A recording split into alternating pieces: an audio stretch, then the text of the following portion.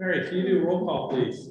Yes, Western Financial District Directors, Director Russell, Director Murphy, Here. Director Holbrook, Director Webb, Here. Director Buss. Here. Thanks Valley Fire Director, Director Burns, Director Heppel, Present. Director Mendolia, Here. Director Spade, Here. and Director Polisi. Here. WLFEA Directors, Director Webb, Here. Director Murphy, Here. Director Spade, Here. and Director Polisi. Here. Okay. Any public comments? Not that I know of. Now we have a presentation. This is Brianna from Belfort. We met her at the Oregon State Fire Chiefs Association and actually golfed with her compatriot, her fellow, she made a hoop there, and started talking about some interesting things that she had. And then we invited her up to talk to the boards. It is all yours. Yeah, absolutely.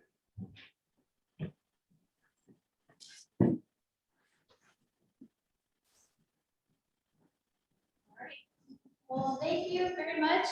Thank you for the introduction, Chief Chick. Yes. You did not golf with me because I don't know how to golf. So,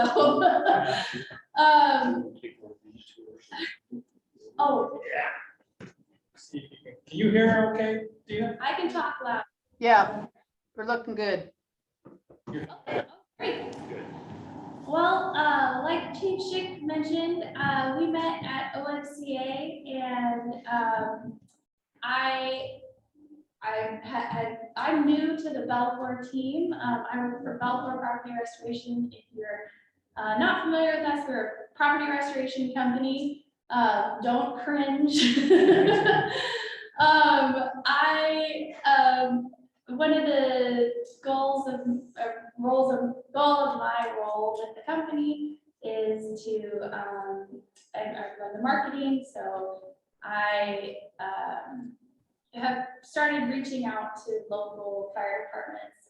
I'm based in our Springfield office. We are a global company, so we're corporately owned, we're not franchised. Every single office can work together, so we work with offices in Texas and New York, all over the country, but we're really locally focused. So our Springfield office specifically focuses on Lane, Lynn, Benton, and Douglas County.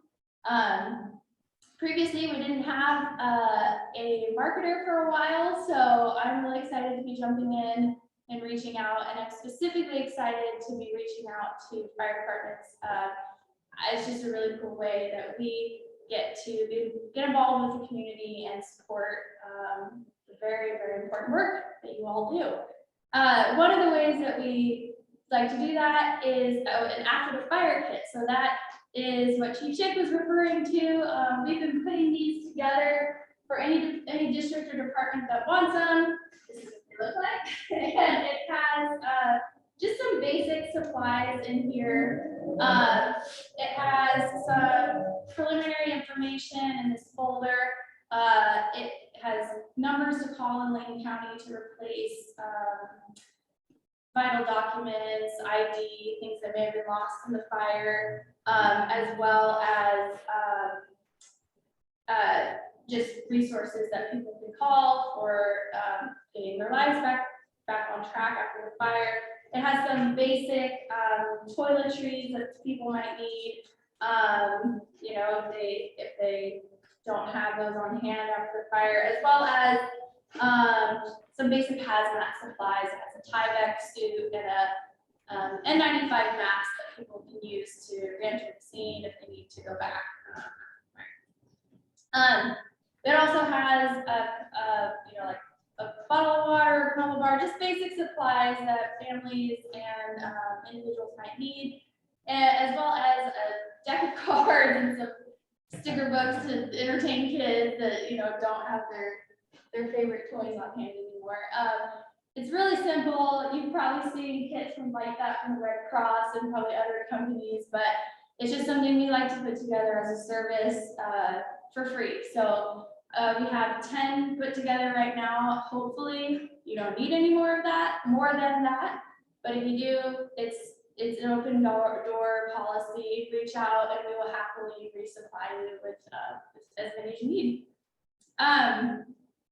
We, as a restoration company, we're full service, so we can see a project through from the emergency board up all the way to the reconstruction. And actually, it's kind of fun because we often see homeowners sell their homes after the reconstruction because it's in better condition than it was prior to whatever, fire, flood, or tree falling on the house, car driving into it, whatever the situation is. But obviously with fire departments, we most typically are in front of you when we're doing the board up. We don't fire chase, so most likely you'll never see me on scene. The only times we show up on scene are if it's if we're called for the board up. If it's a really, really big fire, our corporate office might ask us to go check it out, but we always show up. We try to go the day after. We will never ever hand the homeowner something to sign on scene. If we're there, we're dropping off a business card or a packet of information and then getting out of the way. Our goal is always, when we show up for board ups, our goal is to get you guys off scene so that you can get back to your job and get this building secure so that everything we can move forward and move on. We have a 2-hour response time. If it's ever going to be longer than that, we always call the homeowner or the property owner and let them know. If it's shorter than that, we usually just show up. And I also like to mention that we only charge for board ups if the homeowner is insured. We feel like it's a community service. Someone's got to do it. It needs to get boarded up. The property needs to be secured. So we will do it. If there's an insurance company that we can bill afterwards, we will bill the insurance company. But if it's not going to be covered or if they're not insured, we just move on and do that as a service. Let's see. I do like to mention that customer service is our #1 priority at Belport, and you probably hear that every day from every single company that you've ever interacted with. But I really do feel like our office makes that a priority. We have had a change in leadership in the past year or so, and it's been really exciting to be a part of that. We have a lot of fresh blood in the office, not necessarily people who are new to restoration, but new to this specific office in Belfort as a company. So that's exciting to be a part of. I don't come from a restoration background. I come from a client services and marketing background, so I feel like customer service is drilled into me on a very core level. So I'm excited to be part of a team that wants to take care of people. We understand that we're responding in a time of crisis, and we want to provide a service and help put people's homes back together so that they can move on and put their lives back together. So yeah, I think that's pretty much what I wanted to share. If you ever have any questions, please, I have some cards if you'd like them, but please feel free to reach out to me. I can't emphasize enough how much we want to support our local fire districts and fire departments.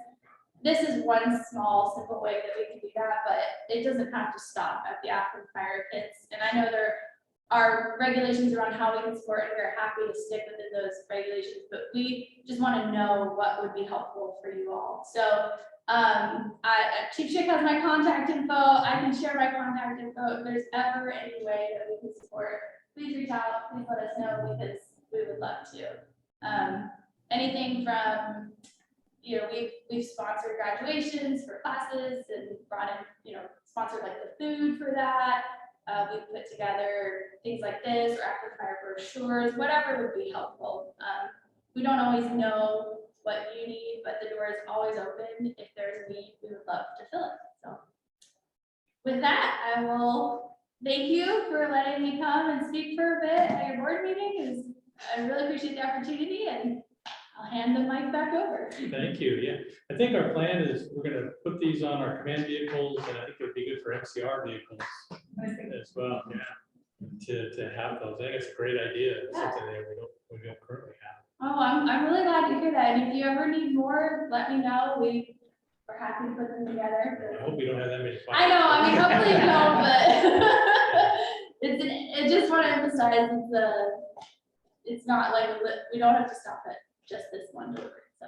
I saw your trucks in Florence. You did? Yes, Yesterday. yeah, we were out here, yeah. It wasn't a fire. No, I think it was a water loss we were responding to. Yeah, that makes sense. Yeah. That was my coworker Amy and Tim. They were out here. Yeah.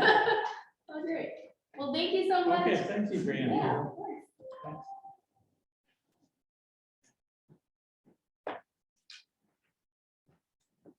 Now we get something equally as exciting. We get to swear in our new deputy chief.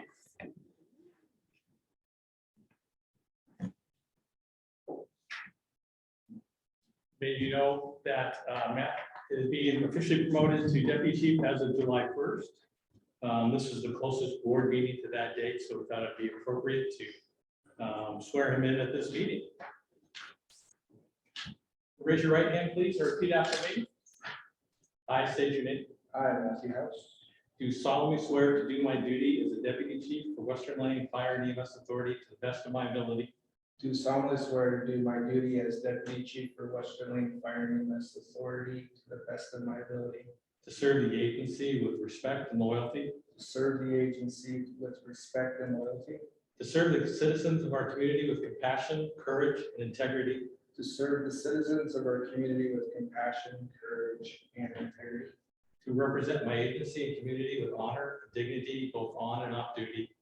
to represent my agency and community with honor and dignity both on and off duty, And to uphold the laws and constitutions of the United States of America, the state of Oregon, and the communities we protect. and to uphold the laws and Constitution of the United States of America, the state of Oregon, and the communities we protect. So help me God. So help me God. Congratulations.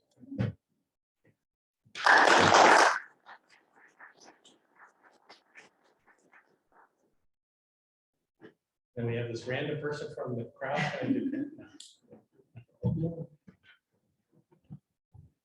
Indeed. It wouldn't be the first time you've voted this.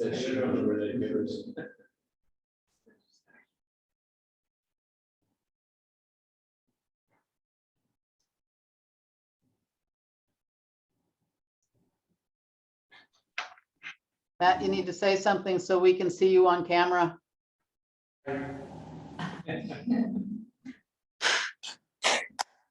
There we go. Congratulations, Matt.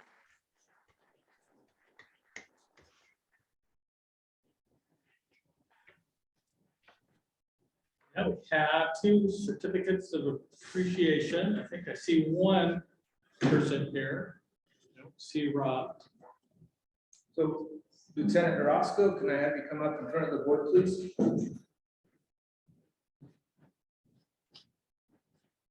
So a few years back, we had a training officer, I'm not gonna get into some details of the event, but we had a training event that didn't go as well as we wanted to ever go. We hired a new training officer. He's not only hit the ground running, but is exceedingly doing and meeting the expectations of the district for our communities, for our people, and for our mission statement every day in and day out. The burn that we did at the Lutheran Church on May 14th was a prime example of this. We had no injuries. Everything was set in stone from when we start to when we finish. It was all because of this leadership of it. So Chief and I, we looked at it, evaluated, we said, this is a great opportunity to recognize Lieutenant Orozco for the great job that he did. So thank you very much for conducting and continue to do a great job.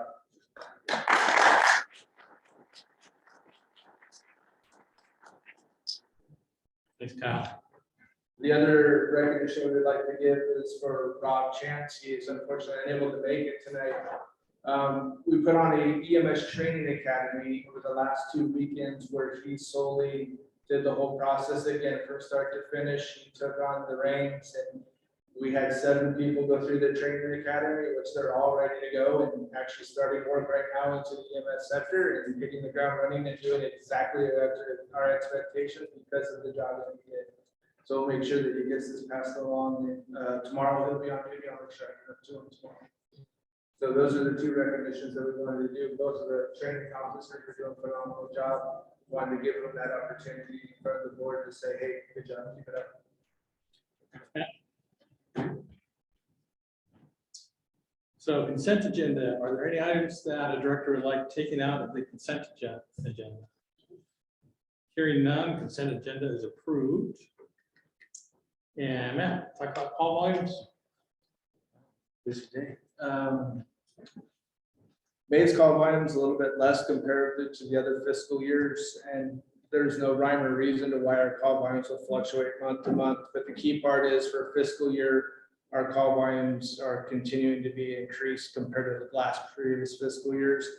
Again, I'll draw attention to the amount of interfacility transfers that we've been doing. We're averaging about 60 interfacility transfers a month. It doesn't sound like a lot, but if you figure in a transfer takes about 3.5 hours to do each transfer. So if we do 2 transfers a day, it's about 7 hours of work that we're doing just for those 2 transfers. It never lands on 2 transfers at a time. Generally, it lands on like 5 or 6 transfers at a time. I just want to commend staff that they're doing a great job on handling all that workload too.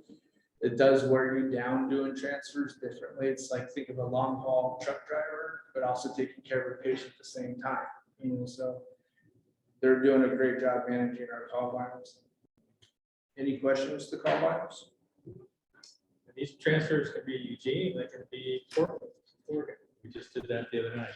We really encourage them to stay in that 75-mile radius. However, the healthcare system is in an area I don't think any of us have ever seen with bed capacity throughout the state. It's an interesting, trying time to say the least. You figured this would happen in COVID, not after COVID. We're dealing with it. We're doing a great job dealing with it. Staff are doing great. Thanks, Matt. Hopefully financials. Thank you, Chief. Good evening, everyone. So we're getting close to the end of the fiscal year and things are looking pretty good. Sayusla Valley expenses are on track and the authority is on track as well. There are a few things I would like to mention on the Western Lane side. Transport revenue is actually over budget by about $327,000, which is great. But we've also had a lot of vehicle maintenance costs and everyone knows what the fuel prices are doing. So we have a resolution tonight to move some money over from contingency to cover these additional expenses. And I'll get to that shortly. I received a notice from the Oregon Treasury today that the interest rates are increasing and the local government investment pool is going from 0.9% to 1.15%. So that's good.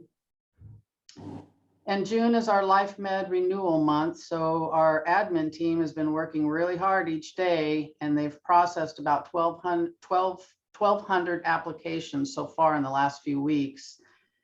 It's amazing, you look at their desks, the stack is just piled high each day. And I also wanted to mention that the EMS staff have been helping with the LifeMed with labeling postcards, and we really appreciate that.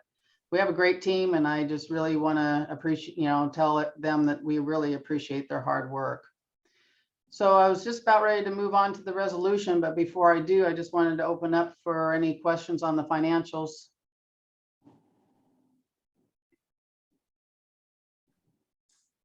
Not seeing any.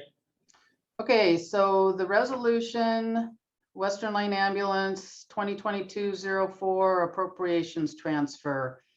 I'm requesting that we move $45,000 out of contingency to vehicle maintenance and $20,000 out of contingency to administration for the cost of the local option levy renewal. That came in really high. When I look back on previous years when we've done this renewal, it wasn't near what it was, and maybe it's just higher because we were the only measure on the ballot, but it cost about $20,000. Oh, that's the exact. Western Lane, what did you say, Chief? Exact reason. We have Okay, to pay the entire election. so Western Lane directors, I need a motion and a second, and then you can open it up for discussion.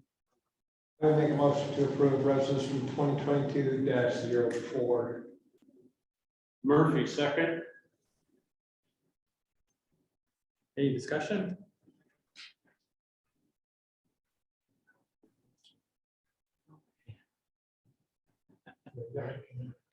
Are you going to roll call vote? Roll call vote. Western Lane Ambulance District Board of Directors. Director Murphy, Yes. Director Webb, Yes. Director Bus. Yes. Thank you, directors. Then next up is the audit reports. Mark Hausen from Emerald CPA Group is not joining us tonight, but he sent me a short overview of the audits, and I'll read some of it to you. What they do for all three entities is disbursement testing, where they randomly select 40 disbursements and they test them for documentation, timeliness, proper accounting code, approval, and check signatures, and there were no issues found.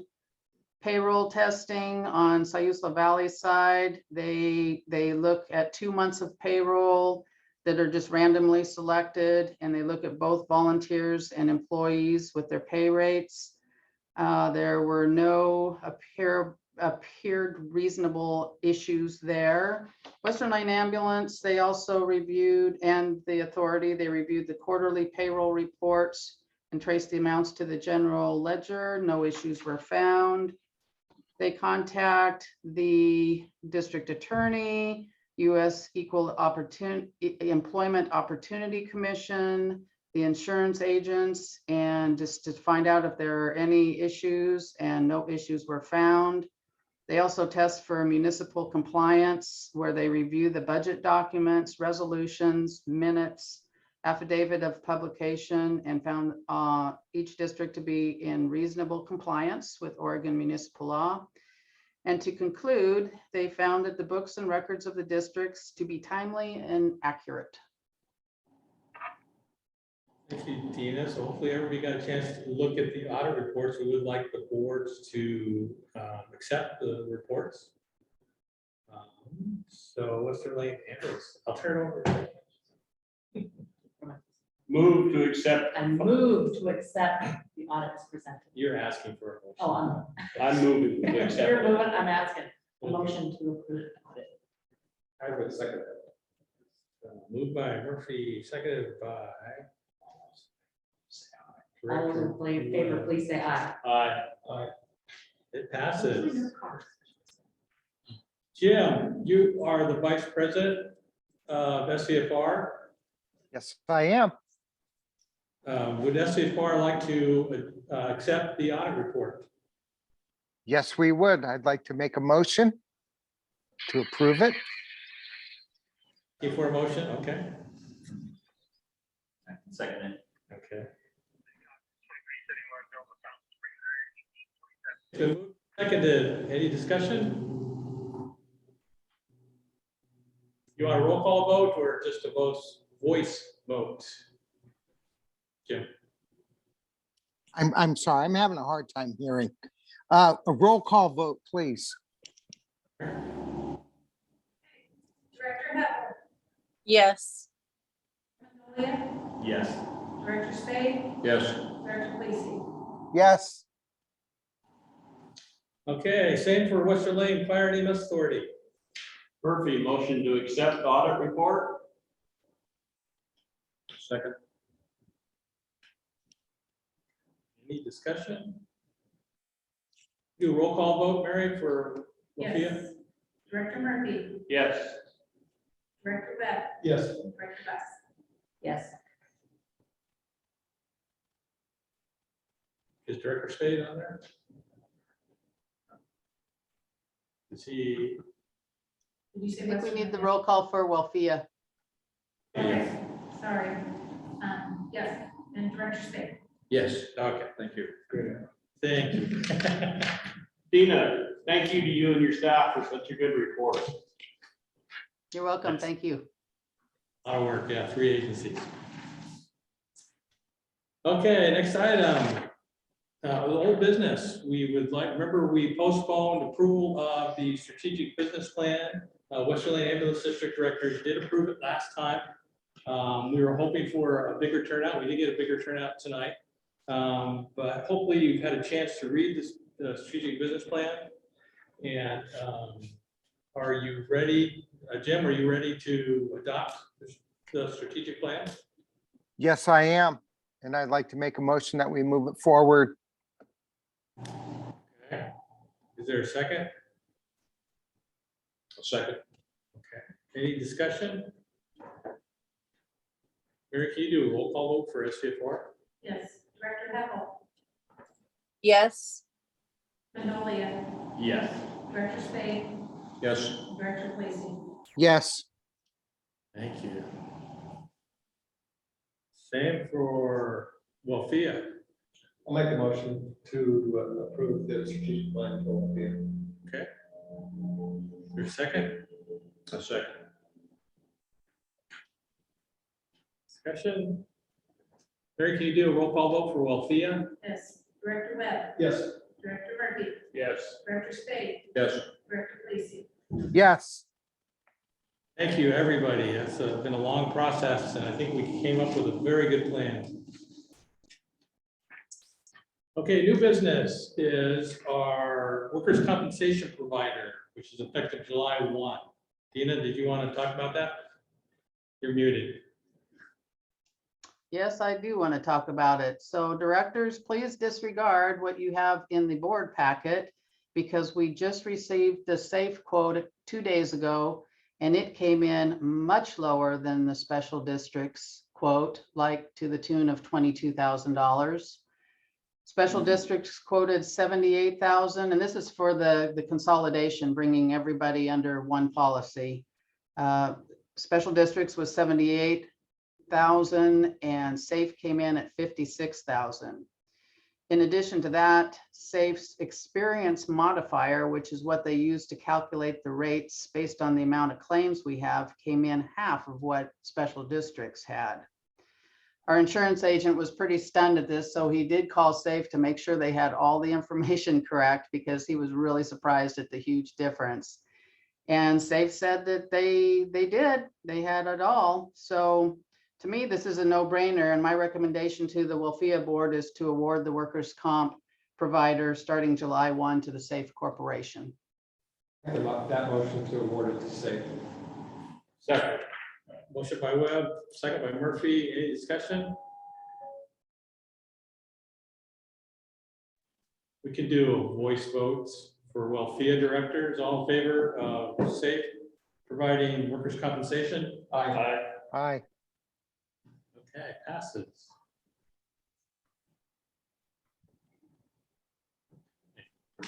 That's all our new business. Director comments. That's what we thought maybe you'd call SAFE. No. Kate, I would like to thank both the fire district and the ambulance districts. We at Boys and Girls Club, we set up safety lessons for our summer program. And we reach out to local community partners to come in and do something weekly for our kiddos. And both districts are participating in that as they do typically. So thank you so much for stepping in that space. Absolutely. Who's running that? Fire department? I don't know who the leads are. I just I asked have an Sam. idea. I just asked Sam to make sure, because I thought they were, so I can ask. Oh, that's fine. I was teasing Tony. Oh. Not Tony. We'll miss Tony. He's our fire prevention person. Any other director comments? I just did want to say something, mentioning Tony, we have a going away event tomorrow at noon for say goodbye to Tony. He, as you know, is going to become a deputy state fire marshal, so we're very proud of that step for him. It's a big loss for us, but it happened, so we're congratulating him. So if you can come tomorrow, that would be fantastic. I don't know if you wanted to say anything, Tony, to directors. Okay. Thank you. That works. Okay, our next board meeting is July 28th at 6 p.m. Meeting is adjourned. You can. Do I get to hit it now? Thank you.